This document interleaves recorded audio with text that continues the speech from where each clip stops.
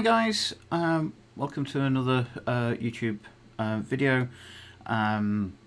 This is looking at masking again, just a very basic look, but I thought I'd do this with actual image this time, and I hope you enjoy. The image I'm using is something I shot for a website called Archangel, who I upload stock images to, and they specialise in a lot of the book cover images. And so I had this in the garage, which is my studio, and I thought, what can I do, something that would be different. And so I was thinking, I'd just done some photos of ballet shoes, so I thought, posing ballet, but what I want to do is get rid of the stand so it looks like it's really doing the figure. So we've got it at the moment. It opened in Lightroom, and we are going to use this image, and we're going to use also this image, which is the same image with just with the figure removed. And so I'm going to select those two, and if you are selecting, say if I wanted to select that image and this background, I couldn't press select shift because it comes across, so I'd select the image I want and then press command or control, and it would give me the option. So I don't want that one, but I do want that one. And I've just done slight, let's get the right image I want, because I want to be able to see the figure. Add a little bit of contrast. I'm leaving it quite bright because when I come to upload, I know that it's going to be darker on the if it gets published. We've got the indicator here for highlights. If you see when it, if we go over and expose, you get the red, which indicates where it's blown out. Well, we're not blown out, and I don't need to do anything with that. Texture, I've just added some texture just to bring the details out in the photo boards that I use. Coming down here, we've not done nothing with the HSL or split toning.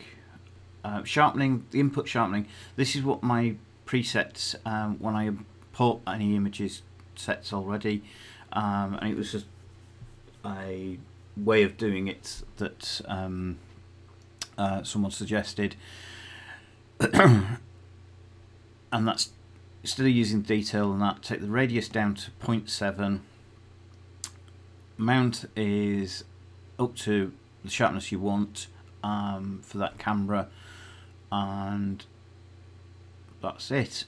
And then down to constraint crop, I always tick that, and also the removal chromatic aberration and enable profile corrections. We've got the two images selected. We are now going to go and right click and then edit in.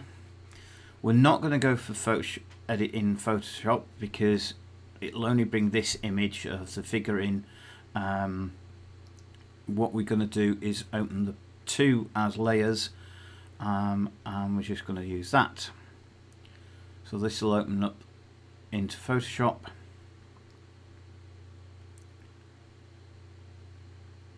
and we've got the two images. So we've got the background, and then we've got the figure. And what I'm going to do is I want to select this figure, and I've got the options of coming to quick select,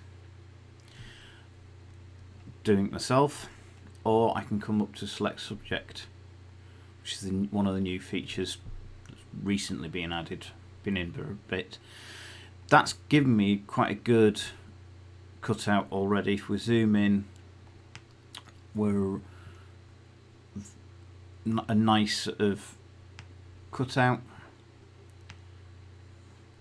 But what I don't want is this stand selected. So pressing Alt, we're going to take that out. Alter option. That's now linked that back there. We're literally going to hit the mask button, and that's going to give us a white mask showing just the area we've selected, and black mask, the black bit see through to the lower area. Zoom back out, and bang, we've got the stand out of the way. Add a layer, new blank layer, spot healing tool, and we'll just take the dust and dirt that was in from my garage, which is where my studio is, and that's a quick mask of an image I took. Hope you enjoyed, and thumbs up if you did, and please subscribe and hit the bell for any further videos. Cheers!